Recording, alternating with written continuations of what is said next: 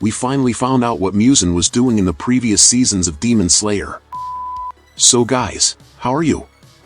I hope you're doing well. I'm the Monio, the interdimensional demon who talks the most about DC Isekai's anime on YouTube, and you're on my channel. My biggest fear regarding the Suicide Squad anime was that it would be something very generic, and that the only interesting thing would be Harley Quinn, and the other DC characters, and I must say that in a way this fear came true, but let's go in parts. Let it be clear that the problems with this animation are not related to the fact that it is an anime made by a Japanese studio. On the contrary, I think it is extremely positive that DC ventures into other media. I really liked Batman Gotham Knight, I liked Batman Ninja, I liked the Catwoman anime film, and most of the content on this channel is talking about anime, so I was extremely optimistic about this production, as it was a seasonal anime, and not just an isolated anime film with characters from DC Comics. The anime begins when Amanda Waller discovers the existence of other worlds, and she wants to go to these worlds to explore their resources, and at first it even sounds like some kind of geopolitical subtext, but as soon as the story starts to advance, this complexity that could exist simply isn't there. This entire Isekai part of the anime is extremely generic, from the uninspired enemies to the world they are in, which is the standard world of any generic Isekai. The anime tries to make some jokes with the genre, and even with the type of narrative of this type of story, especially with Clayface, who makes jokes that try to subvert the very cliches of the Isekai genre, and I believe that this could work if the anime could be seen as a parody of the Isekai genre, but that's not what happens. A very positive point of this anime is the quality of the animation. At this point it really stands out, as it is clear that this animation had a high production cost. The character designs are extremely well done. The animation is very fluid, especially in the fight scenes, which were very good, very stylish. It is a very beautiful anime that is above the average of other Japanese productions, and this I believe will be the big difference that will attract the attention of many people who are not so demanding with a script, and you will really enjoy watching the fights, the very beautiful scenery and all this visual aspect which is very good.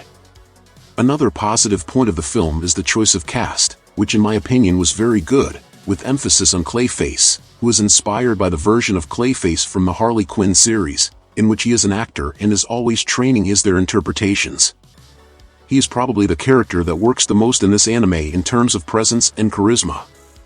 The character designs are all very good, some with looks inspired by the James Gunn film, others clearly inspired by actors, like Amanda Waller who is clearly Viola Davis, and others have very specific inspirations, as is the case with Clayface, which seems to have come straight from the Smooth Criminal video.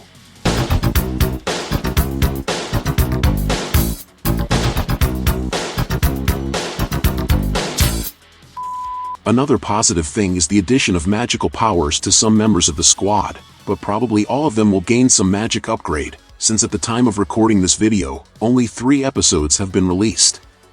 My problem with this animation is mainly the script and the way the text is written.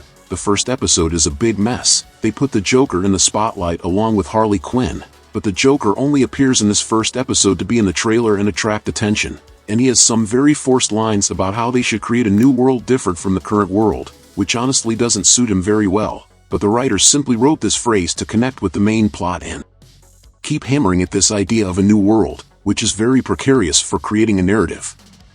On the other hand, the entire visual aspect involving the Joker is very good. His design is incredible, the car he drives is very creative, there's even a piano that he plays while driving. From an art direction point of view, everything this is very cool, very creative. And in this you already understand that the focus of this anime will not be on character development, much less on story, and what remains is the humor and charisma of the characters. But I also don't think that humor works very much in this anime. The occasional jokes remind me much more of the first Suicide Squad, with those forced and expository jokes, different from the acidic and more intelligent humor that James Gunn usually puts in his films. The inspiration of this anime on James Gunn was much more in the visual aspect and in the formation of the group. In this sense, it is much more reminiscent of the second film.